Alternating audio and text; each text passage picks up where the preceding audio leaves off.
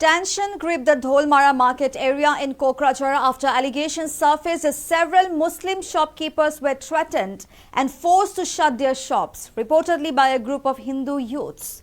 Several shopkeepers have accused the group of creating panic in the market and pressuring Muslim-owned shops to close down. There are also allegations that stones were thrown at some shops during the unrest, further escalating fear and tension in the area. We are bringing you the details. Communal tension explodes at Kokrajhar's Dholmara market. Muslim-owned shops allegedly forced to shut. Muslim shopkeepers allegedly targeted by Hindu youth. Stone pelting reported on several shopkeepers. Hindu youth group accused of creating fear in market. In the Dholmara market area in Kokrajhar, several Muslim shopkeepers were threatened and forced to shut their shops, reportedly by a group of Hindu youths. According to local sources, the situation turned tense after an alleged incident involving a person identified as Minal Ravi Das. Several shopkeepers have accused the group of creating panic in the market and pressuring Muslim-owned shops to close down. There are also allegations that stones were thrown at some shops during the unrest, further escalating fear and tension in the area. Following the incident, police personnel were rushed to the spot to control the situation and prevent any further escalation. However, despite the deployment of security forces, the atmosphere in the area reportedly remains tense. Authorities are closely monitoring the situation and further investigation into the incident is currently underway. Now let's hear what the locals has to say. মানে যোৱাকালি কিবা এটা এহঁতৰ মানে কিবা মিনাল লক্ষী ৰবি দাস আৰু এজন আমাৰ দোকানীৰ মাজত কিবা এটা আগৰে পুৰাণি পেচাল আছিল, এইটো লৈ যোৱাকালি বোলে এটা মানে মাৰামাৰি হৈছে আৰু কি, এইটো লৈ অলপ ধাক্কা ধাক্কি হৈছে পেচাল, এইটো লৈয়ে মানে মেইন ইস্যুটো আৰু কি ঘটনাটো এই ঢোলমাৰা বজাৰত হৈছে, মাছ বজাৰৰ ঘটনা বুলি আমি জানিছোঁ। ইহঁতৰ কিবা চিলাই মেচিন লৈ বোলে পুৰাণি এটা মানে কাজিয়া আছিল, এইটো লৈ 2-3 দিন আগতে ইহঁতৰ দুজনৰ মাজত কিবা কথা কাটাকাটি হৈছিল। তাৰপিছত মানে এইটো কাজিয়া লৈ যোৱাকালি মানে ইয়াতে ইহঁতে মানে কাজিয়াটো আকৌ মানে ইহঁতৰ সূত্ৰপাত এটা মাধ্যম মানে এটা হৈছে আৰু কি।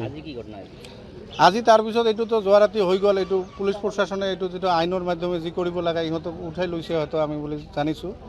তাৰপিছত আজি আকৌ কেইজনমান ল'ৰাই আহি ইয়াতে আকৌ যে দোকান পোহৰ যি আছে চব বন্ধ কৰাৰ ধমকি দিছে আৰু বন্ধ কৰিবলৈ সকলোকে জনাইছে। আৰু শুনা পাইছোঁ শিলগুটিও মাৰিছে বুলি দোকানৰ মধ্যে বুলি শুনি পাইছোঁ।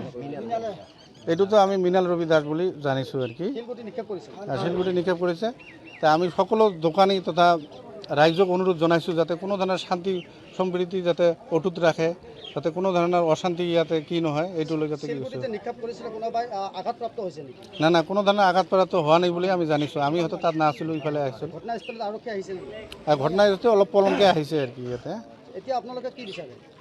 এতিয়া আমি যাতে শান্তি সম্প্ৰীতি মানে বজাই ৰাখি যাতে যি কি হৈছে আৰু যাতে তেনেকুৱা ধৰণৰ নহয় আৰু যিয়ে দোষী সি যাতে শাস্তি পায়, আইনৰ আওতাত লৈ যাতে এইখিনি যাতে ভালকৈ যাতে তদন্ত কৰি কি হৈছে নাই হয় এইটো যাতে প্ৰশাসনে উচিত তদন্ত কৰি যাতে দোষীক শাস্তি দিয়ে, এইটোৱে আমি বিচাৰিছোঁ। এইটো অলৰেডি আমি আৰক্ষীকো জনাইছোঁ কথাখিনি। ইউনিয়ন প্ৰেচিডেণ্ট আৰু কি আব্দুল আজিজ শেখ আছে। দোকান কৰি আছিলোঁ বজাৰৰ ভিতৰত, মাছ বজাৰৰ ওচৰত মোৰ দোকান, গেলামাল দোকান। তাতে মই দোকান কৰিছোঁ, মই কাষ্টমাৰ আছিল দোকানৰ ভিতৰত। হঠাৎ কৰি দেখোঁ মাছ বজাৰৰ ভিতৰত মাৰামাৰি। তাৰপিছত মই দোকানৰ কাষ্টমাৰ বহাই থৈ মই যাই সিহঁতৰ মাৰামাৰিতে গুচাই দিলোঁ। কোনে মাৰপিট কৰিলে? এতিয়া লক্ষী ৰবি দাস আৰু এনে মটু বুলি ডাকে মানে মাছ বেপাৰী ৰফিক। কোনে কাক আক্ৰমণ কৰিলে?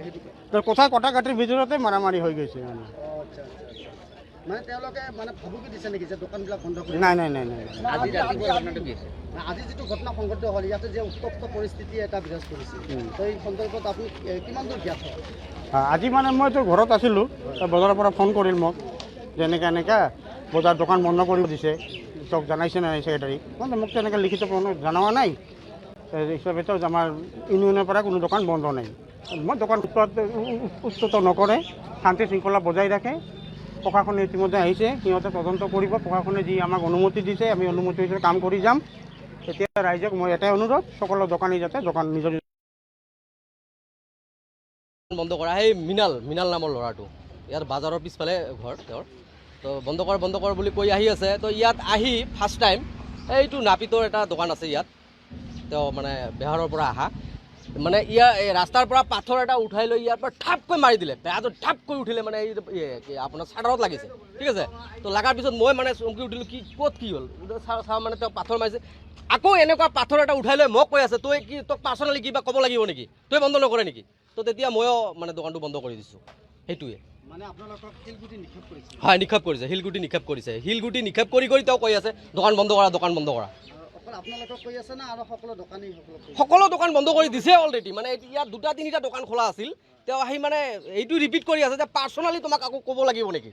তো মইতো অৱগত নাছিলোঁ যে তেওঁ দোকান বন্ধ কৰিবলৈ কৈ আছে, মই জাষ্ট খুলি আছিলোঁ। সেইটো মই মানে তেনেকুৱা ডাইৰেক্ট ক'ব নোৱাৰিম। মানে কালি কিবা ৰাতি কিবা এটা ঘটনা ঘটিছিল, সেইটোৰ আঁতৰলৈ মানে তেওঁ আজি মানে পাৰ্চনেলি দোকান, মানে তেওঁৰ কিবা মানে পাৰ্চনেলি কিবা তেওঁৰ দাদাৰ লগত আৰু কিবা এটা ল'ৰাৰ লগত কিবা কাজিয়া লাগিছিল। তো তেওঁলোকক কালি পুলিচে আহি তেওঁলোকক এৰেষ্ট কৰি লৈ গৈছে অলৰেডি। তো এতিয়া থানাত কি হয় হ'ব সেইটো কথা।